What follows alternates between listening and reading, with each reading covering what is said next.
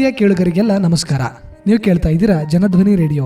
ಇದು 90.8 ಕಂಪನಾಂಕದಲ್ಲಿ ಸರಗೂರಿನಿಂದ ಪ್ರಸಾರವಾಗುತ್ತಿರುವ ಮೈಸೂರಿನ ಮೊಟ್ಟ ಮೊದಲ ಸಮುದಾಯ ರೇಡಿಯೋ. ನಾನು ನಿಮ್ಮ ರೇಡಿಯೋ ಗೆಳೆಯ ಶ್ರೀಕಾಂತ್ ಸರಗೂರು.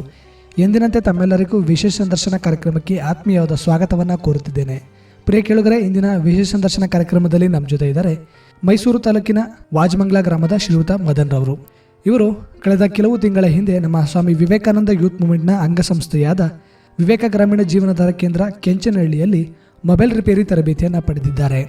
ಇವರು ITA ಶಿಕ್ಷಣವನ್ನು ಪಡೆದಿದ್ದು ತಮ್ಮ ಚಿಕ್ಕ ವಯಸ್ಸಿನಲ್ಲೇ ಯಾವುದಾದ್ರು ಕೌಶಲ್ಯ ಆಧಾರಿತ ತರಬೇತಿಯನ್ನು ಪಡೆದು ಒಂದು ಸ್ವಾಉದ್ಯೋಗವನ್ನು ಮಾಡೋ ನಿಟ್ಟಿನಲ್ಲಿ ಈ ನಮ್ಮ ಕೇಂದ್ರಕ್ಕೆ ಬಂದು ಈ ಒಂದು ಮೊಬೈಲ್ ರಿಪೇರಿ ತರಬೇತಿಯನ್ನು ಪಡೆದು ಈ ವಿಷಯದಲ್ಲಿ ತಮ್ಮ ಒಂದು ಜ್ಞಾನವನ್ನು ಹೆಚ್ಚಿಸಿಕೊಳ್ಳೋ ಮುಖಾಂತರ ಈ ಕ್ಷೇತ್ರದಲ್ಲಿ ಒಂದು ಸ್ವಾಉದ್ಯೋಗವನ್ನು ಮಾಡೋ ನಿಟ್ಟಿನಲ್ಲಿ ಮುಂದಾಗಿದ್ದಾರೆ. ಬನ್ನಿ ಅವರ ಕಾರ್ಯಕ್ರಮಕ್ಕೆ ಸ್ವಾಗತಿಸಿ ಅವರ ಈ ಒಟ್ಟಾರೆ ತರಬೇತಿಯ ಅನುಭವ ಹಾಗೂ ಈ ಒಂದು ಚಿಕ್ಕ ವಯಸ್ಸಿನಲ್ಲಿ ಈ ತರಬೇತಿಯನ್ನು ಪಡ್ಕೊಂಡಿರುವಂಥದ್ದು ಒಂದು ಸ್ವಾಉದ್ಯೋಗ ಮಾಡೋ ನಿಟ್ಟಿನಲ್ಲಿ ಆಗಿರ್ಬೋದು, ತಮ್ಮ ಒಂದು ಭವಿಷ್ಯವನ್ನು ಕಟ್ಕೊಳ್ಳೋ ನಿಟ್ಟಿನಲ್ಲಿ ಎಷ್ಟೆಲ್ಲ ಸಹಕಾರಿಯಾಗಿದೆ ಅನ್ನೋದು ಕುರಿತು ತಮ್ಮ ಯಶೋಗಾತಿಯ ಅನುಭವವನ್ನು ನಮ್ಮ ಜೊತೆ ಹಂಚಿಕೊಳ್ಳಿದ್ದಾರೆ. ಬನ್ನಿ ಅವರ ಕಾರ್ಯಕ್ರಮಕ್ಕೆ ಸ್ವಾಗತಿಸೋಣ. ಮದನ್ ಅವರೇ, ತಮಗೆ ಕಾರ್ಯಕ್ರಮಕ್ಕೆ ಆತ್ಮೀಯದ ಸ್ವಾಗತ. ನಮಸ್ಕಾರ. ಮೊದಲಿಗೆ ತಮ್ಮ ಒಂದು ಕಿರು ಪರಿಚಯವನ್ನು ನಮ್ಮ ಕೇಳುಗರಿಗೆ ಮಾಡಿಕೊಡಿ. ಸರ್, ನನ್ನ ಹೆಸರು ಮದನ್ HD ಅಂತ. ನಾವು ಮೈಸೂರು ಜಿಲ್ಲೆ ವರ್ಣ ಹೋಬ್ಳಿ ವಾಜಮಂಗ್ಲ ಅಂದ್ರೆ ಇಲ್ಲೇ ITA ಮಾಡ್ತಿದ್ದೆ. ನಾನು ಎಜುಕೇಶನ್ ಮಾಡ್ತಿದ್ದೆ ITA. ನಾನು ITA ಮಾಡ್ತಾ ಇದ್ದಾಗ ಇನ್ಕಂಪ್ಲೀಟ್ ಆಗೋಯ್ತು. ಇನ್ಕಂಪ್ಲೀಟ್ ಆದಾಗ ನಾನು ಮನೇಲೇ ಇದ್ದಾಗ ನಮ್ಮ ಫ್ರೆಂಡ್ ಇದೇ ತರ ನನ್ಗೆ ಈ ತರ ಕೋರ್ಸ್ ಐತೆ ಇದ್ರ ಕಡೆ ಹೋಗದ ಬಾ ಒಂದ್ಸಲಿ ವಿಸಿಟ್ ಮಾಡದ ಅಂತಂದಿದ್ರು ಸರ್. ಹಂಗಾಗಿ ನಾನು ಇದೆಲ್ಲ ಇರಲ್ಲ, ನೀನು ಸುಮ್ನೆ ಹೇಳ್ತಾ ಇದೀನಿ ಅಂತ ನಾನು ಅನ್ಕೊಂಡಿದ್ದೆ. ಆಮೇಲೆ ಎಲ್ಲಾ ಫೋಟೋ ಎಲ್ಲ ಕಳಿಸಿದ್ರು ನಿಮ್ದು ಸಂಸ್ಥೆದು. ಅದೆಲ್ಲ ನೋಡಿದ್ನಲ್ಲ, ನನ್ಗೆ ಒಂದು ಕಾನ್ಫಿಡೆಂಟ್ ಬಂತು. ಇಲ್ಲೆಲ್ಲ ಈ ತರ ಟ್ರೈನಿಂಗ್ ಐತೆ, ಉಚಿತ ತರಬೇತಿ. ಉಚಿತ ಅಂದ್ರೆ ಎಲ್ಲರ ತಲೆಯಲ್ಲಿ ಬರೋದು ಏನಂದ್ರೆ ಕಾಮನ್ ಆಗಿ ಕೇರ್ಲೆಸ್, ಏನೇ ಆದ್ರೂ ಅಷ್ಟು ಇದಿರಲ್ಲ ಅನ್ನೋ ರೀತಿ ತರನೇ ಎಲ್ಲ ರೀತಿನೇ ಇರುತ್ತೆ. ಹಂಗೆ ನಾನು ಅನ್ಕೊಂಡು ವಿಸಿಟ್ ಮಾಡಿದೆ, ನಿಮ್ಮ ಇದಕ್ಕೆ ಸಂಸ್ಥೆಗೆ ವಿಸಿಟ್ ಮಾಡಿದಾಗ ನನ್ಗೂ ಅನ್ನಿಸ್ತು, ಏನಿಲ್ಲ ಕೇರ್ಲೆಸ್ ಆ ತರ ಇರಲ್ಲ, ಮಾಮೂಲಿ ಎಲ್ಲಾ ತರನೇ ಸೌಲಭ್ಯ. ನಾವು ಅಮೌಂಟ್ ಕೊಟ್ಟಿದ್ರು ಈ ತರ ಸೌಲಭ್ಯ ಇಲ್ಲ ಅನ್ನೋ ರೀತಿ ತರ ಅನ್ನಿಸ್ತು ನನಗೆ. ಹೋಯ್ತಾ ಆ ತರ ಅನ್ನಿಸ್ತು. ಆಮೇಲೆ ಅದು ಒಂದು ನಮ್ ಫ್ರೆಂಡ್ ಇನ್ವೈಟ್ ಮಾಡಿದ್ರಲ್ಲ, ಅವರು ಏನಿಲ್ಲ ಚೆನ್ನಾಗೈತೆ ಸಂಸ್ಥೆ ಅನ್ಬಿಟ್ಟು ನಾವು ಅವ್ರಿಬ್ರು ಅಟೆಂಡ್ ಮಾಡಿ ಕ್ಲಾಸ್ ಇದ್ ಮಾಡ್ದು, ತರಬೇತಿನೂ ತಗೊಂಡು ಚೆನ್ನಾಗಿ ಅನುಕೂಲವಾಗೂ ಇದೈತೆ ಎಲ್ಲ. ತಮ್ಮ ವಯಸ್ಸೆಷ್ಟು ಪ್ರಸ್ತುತ ಮದನ್ ಅವರೇ? ಸರ್, ನನ್ನದು ಇವಾಗ ಬಂದು 20 ವರ್ಷ ಆಗಿದೆ. ನಮ್ದು ಶಿಕ್ಷಣ ಏನಾಗಿತ್ತು? SSLC ಮತ್ತೆ PUC ಎರಡೂ ಮಾಡಿ ITA ಮಾಡಿದ್ದು ಅಥವಾ SSLC ಮುಗಿಸಿ? ಹೌದೌದು, SSLC ಮಾಡಿದೆ. SSLC PUC ಮಾಡ್ಬಿಟ್ಟು PUC ಬೇಸಿಕ್ ಮೇಲೆ ಹೋದೆ. ITA 1 ವರ್ಷ ಮಾಡಿದೆ, ಆಮೇಲೆ ಇನ್ಕಂಪ್ಲೀಟ್ ಆಗೋಯ್ತು. ಹಾಗಾಗಿ ಮನೇಲೆ ಕುಂತಿದ್ನಲ್ಲ, ಅವಾಗ ಇದೇ ತರ ಆಫರ್ ಐತೆ ಈ ತರ ಸಂಸ್ಥೆಯಲ್ಲಿ ಅಂತ ಹಂಗೆ ಫ್ರೆಂಡ್ ಕಳಿಸಿದ್ರು. ತಮಗೆ ಉನ್ನತ ಶಿಕ್ಷಣ ಮಾಡಬೇಕು, ಪದವಿ ಸ್ನಾತಕೋತ್ತರ ಪದವಿ ಶಿಕ್ಷಣ ಪಡ್ಕೋಬೇಕು, ಅಥವಾ ತಮ್ಮ ಈ ಒಂದು ತಾಂತ್ರಿಕ ಶಿಕ್ಷಣದಲ್ಲಿ ITA ಡಿಪ್ಲೊಮಾ ಮಾಡಬೇಕು ಅಂತ ಅನ್ನಿಸ್ತಿಲ್ವಾ? ಅದರಲ್ಲೇನಾದರೂ ಮುಂದೆ ಯಾವ್ದಾದ್ರು ಒಂದು ಉದ್ಯೋಗ ಮಾಡಬೇಕು ಅಂತ ತಮ್ಗೆ ಅನಿಸ್ತಿಲ್ವಾ? ಯಾಕೆ ಶಿಕ್ಷಣವನ್ನು ಅರ್ಧಕ್ಕೆ ನಿಲ್ಲಿಸಿದ್ರಿ? ಸರ್, ಅದು ಒಂದು ಅಂದ್ರೆ ಓದಕ್ಕೆ ಇಂಟ್ರೆಸ್ಟ್ ಇತ್ತು. ಇನ್ ಕೇಸ್ ನಾವು ಇದೆಲ್ಲ ಮನೆ ಪ್ರಾಬ್ಲಮ್ ಇಂದ ನಾನು ಹೋಗ್ಲಿಲ್ಲ. ಹಂಗಾಗಿ ಇನ್ಕಂಪ್ಲೀಟ್ ಆಗೋಯ್ತಲ್ಲ, ಮನೇಲಿದ್ನಲ್ಲ. ಹಂಗಾಗಿ ನಮ್ ಫ್ರೆಂಡು ಇದರ ಆಯ್ತು ನೋಡು, ಸುಮ್ನೆ ಯಾಕೆ ಮನೇಲಿ ಕುಂತಿದ್ಯಾ, ಏನಾದ್ರು ಒಂದು ಬಿಸ್ನೆಸ್ ಏನಾದ್ರು ಮಾಡ್ಬೋದಲ್ಲ, ತಿಳಿದ್ಕೊಂಡ್ರೆ ನಾವು ಒಂದು ಸಂಸ್ಥೆಯಲ್ಲಿ ಟ್ರೈನಿಂಗ್ ಏನಾದ್ರು ತಗೊಂಡ್ರೆ ಅಂತ ಆಪರ್ಚುನಿಟಿ ಬಂತು. ಹಂಗಾಗಿ ವಿಸಿಟ್ ಮಾಡಿದ್ವಿ ಸರ್ ನಿಮ್ಮ ಇದಕ್ಕೆ. ITA ಅದಕ್ಕೆ ನಿಲ್ಲಿಸಿ ಎಷ್ಟು ತಿಂಗಳ ಕಾಲ ತಾವು ಮನೇಲಿ ಇದ್ರಿ? ಆ ಸಮಯದಲ್ಲಿ ಏನೇನು ಕೆಲಸ ಮಾಡ್ತಾ ಇದ್ರಿ? ಸರ್, ನಾನು ಎಷ್ಟು ಒಂದ್ 6 ತಿಂಗಳಾಗಿತ್ತು ಸರ್ ITA ಬಿಟ್ಟು. ನಾನು ITA ಬಿಟ್ಟು ನಮ್ಮ ಅದೇ ಅವಾಗ್ಲೇ ನಮ್ಮ ಮನೇನು ಇದ್ ಮಾಡ್ತಿದ್ರು, ಕಟ್ತಿದ್ರು ಸರ್. ಮನೆ ಕೆಲಸ ಅಲ್ಲೇ ಮನೆ ಕೆಲಸ ಮಾಡ್ತಿದ್ರು. ಹಾಗಾಗಿ ಅಲ್ಲೇ ಮನೇಲೆ ವರ್ಕ್ ಮಾಡ್ಕೊಂಡು ಸಣ್ಣ ಪುಟ್ಟ ನಮ್ಮ ಅಣ್ಣವ್ರ ಜೊತೆ ಇದ್ರೆ ಕೆಲ್ಸ ಹೋಗಿದ್ದು, ಇಲ್ಲ ಮನೇಲೆ ಇರ್ತಿದ್ದೆ. ಹಂಗಾಗಿ ತಿಳ್ಕೊಂಡೆ ನಮ್ ಫ್ರೆಂಡ್ ಇದೇ ತರ ಹೊರಗಡೆ ಸಿಕ್ಕಿ ಪರಿಚಯ ಆಗಿ ಅವರು ಹಿಂಗ್ ಬೆಳೆಸಿದ್ರು ಸರ್. ಹಾಗಾದ್ರೆ ತಾವು ಈ ರೀತಿ ITA ಶಿಕ್ಷಣವನ್ನು ಅರ್ಧಕ್ಕೆ ನಿಲ್ಲಿಸಿರ್ತೀರಾ, ಮನೆಯಲ್ಲೇ ಸಣ್ಣ ಪುಟ್ಟ ಕೆಲಸ ಮಾಡ್ಕೊಂಡಿರ್ತೀರಾ. ತದನಂತರ ತಮ್ಮ ಸ್ನೇಹಿತನ ಸಲಹೆ ಮೇರೆಗೆ ನಮ್ಮ ಕೆಂಚನಹಳ್ಳಿ ವಿವೇಕ ಗ್ರಾಮೀಣ ಜೀವನಾಧಾರ ಕೇಂದ್ರಕ್ಕೆ ಬಂದು ಮೊಬೈಲ್ ರಿಪೇರಿ ತರಬೇತಿಯನ್ನು ಪಡ್ಕೊಂಡು ಇದರಲ್ಲಿ ಒಂದು ಸ್ವಾಉದ್ಯೋಗ ಮಾಡ್ಕೋಬೇಕು ಅಂತ ತಮ್ಮ ಮನೆಯವರಿಗೆ ಯಾವ ರೀತಿ ಒಪ್ಸಿದ್ರಿ? ಅವರು ತರಬೇತಿಯನ್ನ ಪಡ್ಕೊಳ್ಳಿಕ್ಕೆ, ತಮ್ಮನ್ನ ಕಳಿಸ್ಕೊಳ್ಲಿಕ್ಕೆ ಯಾವ ರೀತಿ ಅನುಮತಿ ಕೊಟ್ರು? ಸರ್, ಅದೊಂದು ಹಂಗೆ ನಾನು ಹಿಂಗೆ ಹೇಳ್ದೆ ಮಾಮೂಲಿ ನಮ್ ಫ್ರೆಂಡ್ ಹೇಳಿದ್ರಲ್ಲ ಅದೇ ತರ ನಾನು ಮನೇಲಿ ಹೇಳ್ದೆ, ಈ ತರ ಐತೆ ತರಬೇತಿ, ಹಿಂಗ್ ಹೋಗ್ಬೇಕು, 1 ತಿಂಗಳು ಕಂಟಿನ್ಯೂಸ್ ಆಗೈತೆ, ಅಲ್ಲೇ ಇದ್ದೇ ಎಜುಕೇಶನ್ ಮಾಡ್ಬೇಕದು, ಟ್ರೈನಿಂಗ್ ತಗೊಳ್ಬೇಕು ಅಂತ ಹೇಳಿದೆ. ಅವರು ಈ ತರ ಎಲ್ಲ ಎಲ್ಲಿ ನೀವು ಅಲ್ಲಿ ಗಂಟ ಹೋಗಕ್ಕಾಗತ್ತಾ, ನಾವು ಇಲ್ಲಿ ಇರೋದು, ಆ ಸಂಸ್ಥೆ ಇರೋದೇ ಬೇರೆ ಕಡೆ, ಅಲ್ಲೋಗಿ ನಾವು ಟ್ರೈನಿಂಗ್ ತಗೊಳಕ್ಕಾಗತ್ತಾ ಅಂತ ಅವರು ಬೇಡ ಬೇಡ ಅಂತಾನೆ ಅಂದ್ರು. ನಾನು ನನ್ ಮನ್ಸಲ್ಲಿ ಏನಿತ್ತು ಅಂದ್ರೆ ಏನೋ ಒಂದು ಕ್ಯೂರಿಯಾಸಿಟಿ, ಅಂದ್ರೆ ಕಲ್ತ್ಕೊಂಡ್ರೆ ನನ್ನ ಲೈಫ್ ಮುಂದೆ ಅದ್ರಿಂದನಾರು ಚೇಂಜ್ ಆಗ್ಬೋದು ಅನ್ನೋ ರೀತಿ ತರ ನಾನು ಮೂವ್ ಮಾಡಿದೆ. ಅವರು ಕೇಳ್ಬಿಟ್ಟು ಅವರು ಬೇಡ ಬೇಡ ಅಂತಾನೆ ಅಂತಂದ್ರೆ ನಾನು ಸರಿ ಅದೆಲ್ಲ ಒಪ್ಪಿಸ್ಬಿಟ್ಟು ಮನೆಯಲ್ಲ ಒಪ್ಪಿಸ್ಬಿಟ್ಟು ನಾನು ಮೂವ್ ಮಾಡ್ಕೊ ಬಂದೆ ಸಂಸ್ಥೆಗೆ.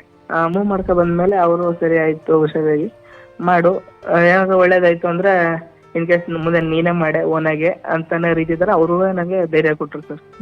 ಈಗ ತಾವು SSLC ಶಿಕ್ಷಣ ಮಾಡಿದ್ರಿ ಮತ್ತೆ PUC ಶಿಕ್ಷಣವನ್ನು ಮಾಡಿದ್ರಿ.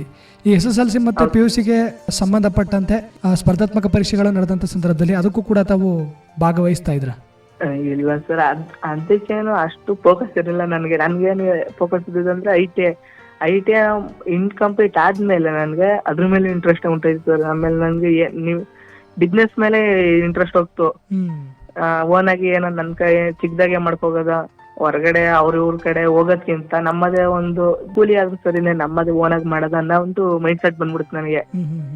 ಅವಾಗ್ಲಿದ್ದಾಗ್ಲೇ ಇವ್ರು ಇದೇ ತರ ನನ್ಗೆ ಇನ್ಫಾರ್ಮೇಶನ್ ಕೊಟ್ಬಿಟ್ರಲ್ಲ, ಇನ್ನೂ ಒಂಥರ ಭರವಸೆ ಬಂದಂಗಾಯ್ತು. ಹೌದು, ಅವಾಗ ಬೇರೆ ಕಡೆ ಆದ್ರೂ ನಾವು ಅವ್ರು 1 ವರ್ಷ ಗಂಟೆ ಗೇಯ್ಬೇಕು, ಅವ್ರ ಕೇಳಿಸ್ಕೊಂಡು ಕಲ್ತಿ ಅವ್ರ ನಾವು ಬಿಸ್ನೆಸ್ ಮಾಡಗಂಟ ಟೈಮ್ ತುಂಬಾನೇ ಲಾಂಗ್ ಆಗುತ್ತೆ. ಈ ತರ ಒಂದು ಶಾರ್ಟ್ ಟೈಮ್ ಅಲ್ಲಿ ಕಲಿಬೇಕಂದ್ರೆ ಬಿಸ್ನೆಸ್ ಇದೇ ತರ ಒಂದು ಟ್ರೈನಿಂಗ್ ಗಳು ಸೂಕ್ತ ಅಂತ ನನ್ಗನ್ಸುತ್ತೆ. ಹಾಗಿದ್ರೆ ತಾವು ತಮ್ಮ ವಾಜಮಂಗ್ಲ ಗ್ರಾಮದಿಂದ ನಮ್ಮ HD ಕೋಟೆ ತಾಲೂಕಿನ ಕೆಂಚನಹಳ್ಳಿ ವಿವೇಕ ಗ್ರಾಮೀಣ ಜೀವನಾಧಾರ ಕೇಂದ್ರಕ್ಕೆ ತಾವು ಬಂದಂತ ಸಂದರ್ಭದಲ್ಲಿ ಆರಂಭದ ದಿನಗಳು ಹೇಗಿತ್ತು?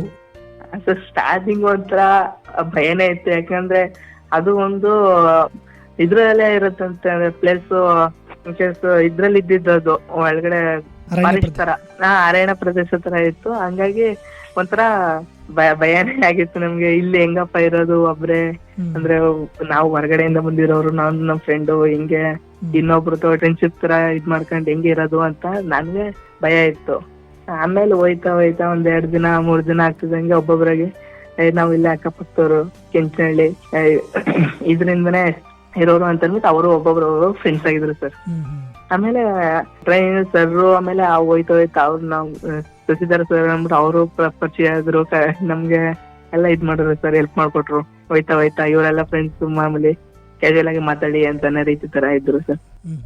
ಈಗ ತಮಗೆ ಈ ಮೊಬೈಲ್ ರಿಪೇರಿ ಆಗಿರ್ಬೋದು ಸಂಬಂಧಪಟ್ಟಂತ ಈ ಪ್ರತಿಯೊಂದು ವಿಷಯ ಕೂಡ ತಮಗೆ ಹೊಸದಾಗಿ ತಾವು ಕಲಿತಾ ಇರೋಂಥದ್ದು. ಆದ್ರೆ ITದಲ್ಲಿ ತಾವು ಪಡೆದಂತ ಶಿಕ್ಷಣವೇ ಬೇರೆ, ಇಲ್ಲಿ ಮೊಬೈಲ್ ರಿಪೇರಿ ತರಬೇತಿಗೆ ಬಂದಂತ ಸಂದರ್ಭದಲ್ಲಿ ಇಲ್ಲಿ ಕಲಿಯುವಂತ ಪ್ರತಿಯೊಂದು ವಿಷಯಗಳು ತಮಗೆ ಹೊಸತನ ಆಗಿರುತ್ತೆ.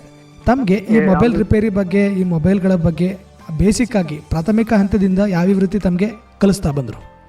ಬೇಸಿಕ್ ಆಗಿ ಕಲಿಬೇಕಂದ್ರೆ ಆಕ್ಚುಲಿ ನಾವ್ ಹೇಳ್ಬೇಕಂದ್ರೆ ಇದ್ರ ಬಗ್ಗೆ ನನಗೆ ನಾಲೆಡ್ಜೇ ಇಲ್ಲ. ಮೊಬೈಲ್ ಅಂದ್ರೆ ನನ್ ಮೊಬೈಲ್ನೇ ಆದ್ರೂ ನಾನು ಹೊರಗಡೆನೆ ಸರ್ವಿಸ್ ಮಾಡ್ಕೊತಿದ್ದು. ಹೇಳೋದಂದ್ರೆ ನಾವು ನಮ್ದೇ ಒಂದ್ ಪ್ರೈಸ್ ಇದ್ರೆ ಅದ್ರದೇ ಬೇರೆ ಪ್ರೈಸ್ ನಂಗಿತ್ತು. ನಾವು ತರಬೇತಿ ತಗೊಂಡಿರ ಇದನ್ನ ನೋಡಿದ್ರೆ ಇವ್ ಮಾರ್ಕೆಟಿನ ಕ್ವಾಲಿಟಿನೇ ಬೇರೆ ತರ ಐತೆ, ಅಂದ್ರೆ ಕಾಸ್ಟ್.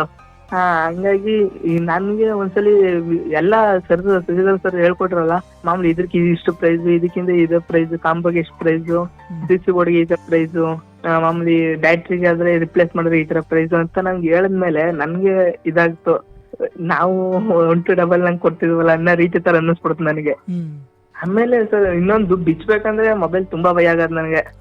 ಕಸ್ಟಮರ್ದೇ ಆದ್ರೂ ಇನ್ ಕೇಸ್ ನಮ್ ಕೈಯಿಂದ ಹೋಯ್ತು ಅಂದ್ರೆ ನಾವೇ ಹಾಕೊಡ್ಬೇಕಲ್ಲ ಅನ್ನೋ ರೀತಿ ತರ ಅನ್ನಿಸ್ತಿತ್ತು ನನಗೆ.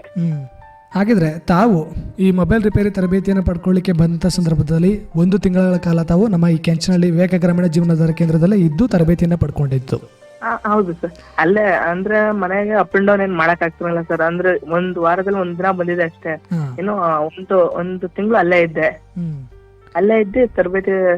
ಆಮೇಲೆ ಸರ್ ನಾವು ಮಧ್ಯಾಹ್ನ ಗಂಟ 1 ಗಂಟೆ ಗಂಟನೂ ಮಾಡ್ತಿದ್ವಿ ಸರ್. ನಮ್ಮ ಸರ್ ಸುಜಿಧರ್ ಸರ್ ಮಾಡಿಸ್ತಿದ್ರು, ಮಾಡಿ ಕುಣಿಸಿ ಮಾಡಿಸ್ಕೊಡ್ತಿದ್ರು.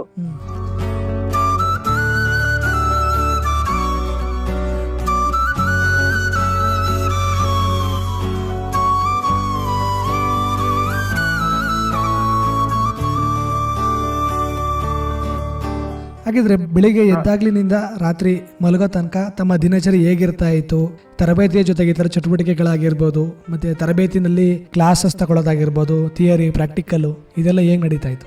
ಹೇಗೆ ಅಂದ್ರೆ ನಾವು ಬೆಳಿಗ್ಗೆ ಒಂದು 6 ಗಂಟೆಗೆ ಎದ್ದು ಸರ್, ಎದ್ಬಿಟ್ಟು ಬ್ರಷ್ ಎಲ್ಲ ನಮ್ಮ ಇದನ್ನೆಲ್ಲ ಮುಗಿಸ್ಕೊಂಡು ನಾವು ಬೆಳಿಗ್ಗೆ ಒಂದು 8:30ಗೆ ನಾಷ್ಟ ಸರ್. ಅಂದ್ರೆ ನಾಷ್ಟ ಇಷ್ಟೆಲ್ಲ ಮಾಡ್ಕೊಂಡು 9:30 ಪ್ರೇಯರ್ ಎಲ್ಲ ಮುಗಿಸ್ಕೊಂಡು ನಮ್ಮ ಕ್ಲಾಸಸ್ ಎಲ್ಲ ಜೊತೆ ಮಾತಾಡ್ಕೊಂಡು ನಾವು ಅದನ್ನೆಲ್ಲ ಮುಗಿಸ್ಕೊಂಡು ಕ್ಲಾಸ್ ಹೋಗ್ತಿದ್ದೋ. ಅಂದ್ರೆ ಎಲ್ಲ ಇದನ್ನೆಲ್ಲ ಕೇಳ್ಕೊಂಡು ಕ್ಲಾಸ್ ಹೋಗ್ತು. ಅವಾಗ 9:30 10 ಗಂಟೆಗೆಲ್ಲ ಸರ್ ಬರೋರು ಸರ್. ಸರ್ ಬಂದು ಎಲ್ಲ ಮಾತಾಡ್ಸೋದು ಕ್ಯಾಶುವಲ್ ಆಗಿ. ನೆನ್ನೆ ಕಲ್ತಿರೋ ಪಾಠ ಏನಾಗಿತ್ತು, ನೀವೇನ್ ಪ್ರಾಕ್ಟೀಸ್ ಮಾಡಿದ್ರಿ, ಏನ್ ಪ್ರಾಕ್ಟಿಕಲ್ ಆಗಿ ಮಾತಾಡಿದ್ರಿ, ಎಲ್ಲ ಏನು ಚರ್ಚೆ ಮಾಡಿದ್ರಿ ಅನ್ನೋ ರೀತಿ ತಾನೇ ಕೇಳ್ತೀರ ಸರ್ ಎಲ್ಲಾರು ಸರ್. ಕೇಳ್ತಿದ್ರು. ಆಮೇಲೆ ಅವ್ರು ಹೋಗ್ತಾ ಬೆಳಿಗ್ಗೆ ಪ್ರಾಕ್ಟಿಕಲ್ ಬೆಳಿಗ್ಗೆ ಮಾಡೋರು, ಕ್ಲಾಸಸ್ ಮಾಡೋದು, ಸಂಜೆ ಪ್ರಾಕ್ಟಿಕಲ್ ಮಾಡೋರು. ಒಂದ್ 5:30 6 ಗಂಟೆಗೆಲ್ಲ ಬಿಟ್ಬಿಟ್ರೆ ಆಮೇಲೆ ನಾವು ಸ್ನಾಕ್ಸ್ ಎಲ್ಲ ತಿನ್ಕೊಂಡು ಓಡಾಡ್ಕೊಂಡ್ ಬಂದ್ಬಿಟ್ಟು ಅಲ್ಲೇ ಒಂದು 7 ಗಂಟೆ 6 ಗಂಟೆ ಮೇಲೆ ಕುಂತ್ಕೋತೀವಿ ಸರ್. ತಿರ್ಗಾ ಮಾಮೂಲಿ ಇದಕ್ಕೆ ಪ್ರಾಕ್ಟಿಕಲ್ಗೆ ಪ್ರಾಕ್ಟಿಕಲ್ ಕುಂತ್ಕೋತಿದೀವಲ್ಲ, ಅವಾಗ ಸರ್ ಒಂದ್ ವಿಸಿಟ್ ಓಡಾಡ್ತಾ ಬರೋದು ಸರ್. ಅಲ್ಲಿ ಬಂದು ಏನ್ ಮಾಡಿದ್ರಿ, ಏನಾಯ್ತು, ಎಷ್ಟು ಇಂಪ್ರೂವ್ ಆಯ್ತು ನಿಮ್ಮ ಇದು ಕೆಲಸದಲ್ಲಿ ಅಂತ ಕೇಳ್ತಿರೋ ಸರ್ ಕ್ಯಾಶುವಲ್ ಆಗಿ ಅವರು ಮಾತಾಡ್ಕೊಂಡು.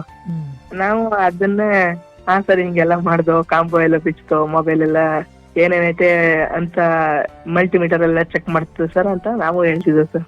ಈಗ ತಾವು ಅಲ್ಲೇನೆ ಇತ್ಕೊಂಡು 1 ತಿಂಗಳ ಕಾಲ ತರಬೇತಿಯನ್ನ ಪಡ್ಕೊಳ್ಳಿಕ್ಕೆ ತಮಗೆ ಊಟ ಆಗಿರ್ಬೋದು, ಮತ್ತೆ ಉಳ್ಕೊಳ್ಳಿಕ್ಕೆ ವಸತಿ ವ್ಯವಸ್ಥೆ ಆಗಿರ್ಬೋದು, ಇದೆಲ್ಲ ನಿಮ್ಮ ಕಲಿಕೆಗೆ ಪೂರಕವಾಗಿತ್ತಾ? ಹೇಗಿತ್ತು? ಸರ್, ಅದು ನಾನು ಹೇಳಿದ್ನಲ್ಲ ಸರ್ ಸ್ಟಾರ್ಟಿಂಗ್ ಅಲ್ಲಿ ನಿಮ್ಗೆ ಉಚಿತ ಅಂತಂದ್ರೆ ಒಂಥರ ಕೇರ್ಲೆಸ್ ಅಂತಾನೆ ಅಂತ ಅನ್ಕೊಂಡ್ಬಿಟ್ಟಿದ್ ನಾನು. ಹೋಯ್ತಾ ಆದ್ಮೇಲೆ ಗೊತ್ತಾಗಿದ್ದು ಅಂದ್ರೆ ದುಡ್ಡು ಕೊಟ್ರು ಇದೇ ತರ ಇರಲ್ಲ ಅಂತ ಅನ್ಸಿದ್ ನನ್ಗೆ ಅವಾಗ್ಲೇ. ಯಾಕಂದ್ರೆ ಯಾವ್ದಕ್ಕೂ ಒಂದು ಓದೋದಕ್ಕಾಗಿರ್ಬೋದು, ಒಂದು ಪ್ರಾಕ್ಟಿಕಲ್ ಆಗಿರ್ಬೋದು, ಒಂದು ಊಟಕ್ಕೆ ಆಗಿರ್ಬೋದು, ಯಾವ್ದು ಅನ್ನೋ ರೀತಿ ತರಾನೇ ಅನ್ಸಿದ್ದು ಅವಾಗ ನನ್ಗೆ ಆವಾಗ್ಲೇ. ಏನಿಲ್ಲ ಒಂಥರ ಅಮೌಂಟ್ ಕೊಟ್ಟಿದ್ರು ಈ ತರ ಆಯ್ತಲ್ವೇನೋ ನಮ್ಗೆ ತರಬೇತಿ ಅನ್ನೋ ರೀತಿ ತರ ಅನ್ಸಿದ್ದು ಅವಾಗ್ಲೇ ನನ್ಗೆ. ಆವಾಗ್ಲೇ ಒಂದು ಊಟಕ್ಕೆ ಆದ್ರೂ ನಾವು ಇನ್ ಕೇಸ್ ಇನ್ನೂ ಒಂದ್ಸಲಿ ಅಂದ್ರೆ ಮಾಡ್ತೀವಿ ಅಂತಂದ್ರು ಏನು ಮಾತಾಡ್ತಿದ್ರು, ಹಾಕೊಡ್ತಿದ್ರು. ಆಮೇಲೆ ಜಾಸ್ತಿ ಹೊತ್ತು ಕುಂತ್ಕತೀವಿ ಅಂದ್ರು ನಮ್ಗೆ ಪಾಠ ಎಲ್ಲ ಕರೆಕ್ಟಾಗಿ ಮಾಡ್ಕೊಡ್ತಿದ್ರು ಸರ್. ಅದ್ರಲ್ಲಿ ಏನ್ ಕೊರತೆ ಇಲ್ಲ ಸರ್. ನಿಜವಾಗ್ಲೂ ಅಮೌಂಟ್ ಕೊಟ್ಟಿದ್ರು ಈ ತರ ತರಬೇತಿ ಸಿಗಲ್ಲ ಅನ್ಕತೀನಿ ನಾನು, ನನ್ನ ಪ್ರಕಾರ. ಅಂದ್ರೆ ಸಂಪೂರ್ಣವಾಗಿ ತಾವು ಉಚಿತವಾಗಿ ಪಡ್ಕೊಂಡಿದ್ದ ಈ ತರಬೇತಿಯನ್ನ ಅಥವಾ ಸಣ್ಣ ಪುಟ್ಟ ಶುಲ್ಕ ಏನಾದ್ರು ಕಟ್ಟಿದ್ರಾ? ಸರ್ ಅಂದ್ರೆ ಸ್ಟಾರ್ಟಿಂಗ್ 1,000 ಕಟ್ಬೇಕಿತ್ತು. ಅದು ನಾನು ಒಂದ್ಸಲಿನೇ ಕಟ್ಟಿನ ಸರ್. ಒಂದ್ಸಲ 500 ಕಟ್ಟಿದೆ, ಇನ್ನೊಂದ್ 200 ಕಟ್ಟಿದೆ. ಅದು ಏನು ಇನ್ ಕೇಸ್ ಏನ್ ಕಟ್ಟಿಸ್ಕೊಂಡಿದ್ದ ಅಂದ್ರೆ ಹೋಗೋ ಟೈಮ್ಗೆ ನಿಮ್ಗೆ ಟೂಲ್ಸ್ ಗಳು ಕೊಡ್ತೀನಿ ಅಂತ ಸರ್. ಅಂದ್ರೆ ನೀವು ಕಲ್ತ ಬೇಸಿಕ್ ಮೇಲೆ ಟೂಲ್ಸ್ ಗಳು ಕೊಡ್ತೀವಿ ನಾವು, ಹೋದ್ಮೇಲೆ ನೀವು ಮರಿಬಾರ್ದು ಅನ್ನೋ ಒಂದು ಉದ್ದೇಶದಿಂದ ನಿಮ್ಗೆ ಟೂಲ್ಸ್ ಗಳು ಕೊಡ್ತೀವಿ ಅಂತ ಕಟ್ಟಿಸ್ಕೊಂಡಿದ್ದೆ ಸರ್ 1,000ನ. ಅದಕ್ಕೋಸ್ಕರನೇ ಕಟ್ಟಿದ್ದು.